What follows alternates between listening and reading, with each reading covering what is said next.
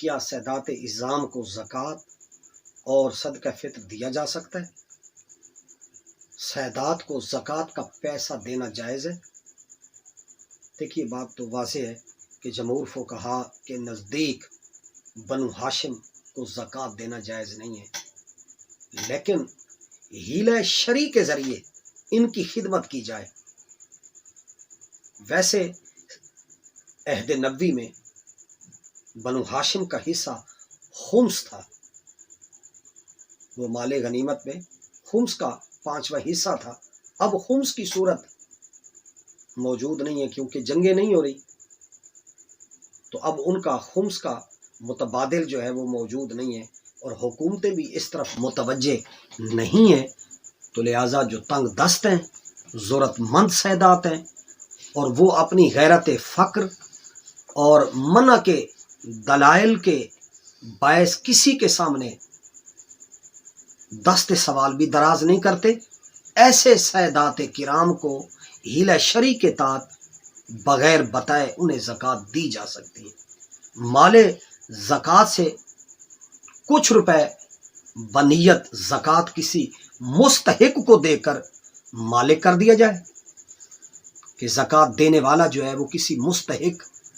مسکین کو زکوٰۃ دے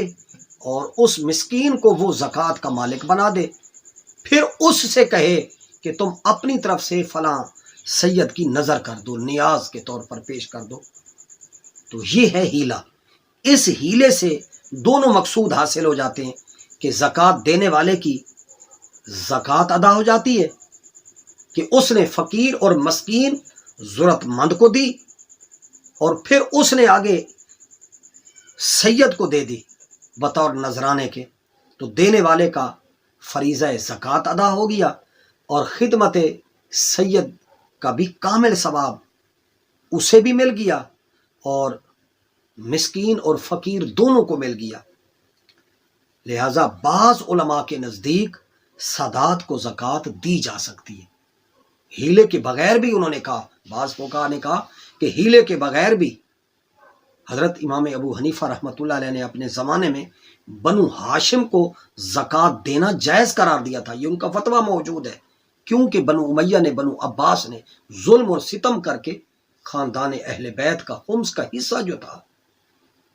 5واں حصہ جو خلافت ثلاثہ میں مل رہا تھا اور خلفائے راشدین المہدیین کے دور میں مل رہا تھا، اور جب اس کے اندر ملوکیت نے آ کر تبدیلی کی، تو حضرت امام ابو حنیفہ رحمۃ اللہ علیہ نے اپنے عہد میں بنو ہاشم کو زکوٰۃ دینا جو ہے جائز، زکوٰۃ دینے کے جواز کا فتویٰ دیا، کیونکہ اس کا جو عفظ تھا، نعم البدل تھا، وہ تھا خمس، اور جب خمس بند کر دیا گیا تو متبادل جب ان کو نہ ملا، تو پھر فقہا نے، امام صاحب رحمۃ اللہ علیہ نے یہ فتویٰ دیا۔ امام طحاوی کا مختار قول یہی ہے کہ زکوٰۃ بنو ہاشم کو دی جا سکتی ہے۔ علامہ علاء الدین حسکفی رحمۃ اللہ علیہ کہتے ہیں، جو مخیر صاحب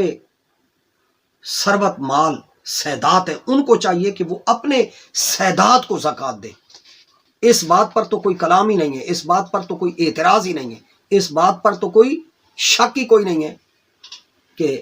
امام ابو حنیفہ رحمۃ اللہ علیہ اور دیگر فقہا کہتے ہیں کہ سادات کرام ایک دوسرے کو زکوٰۃ دے سکتے ہیں۔ تو ایسے وقت میں کہ جب وہ سادات مجبور محض ہوں، ضرورت مند ہوں، تنگ دست ہوں، اور ان کی خدمت بھی نہ کی جاتی ہو، معاشرے میں وہ ایک طرف سے اگر یہ فتویٰ سختی کے ساتھ لاگو کیا جائے، تو ایسے حالات میں سادات کو صدقہ واجبہ دینے کی فقہ حنفی میں گنجائش، لچک موجود ہے۔ تو اگر علل اطلاق مطلقاً جو لوگ اس کے بارے میں سختی کرتے ہیں، تو ان کی رائے کا احترام ہم کرتے ہیں،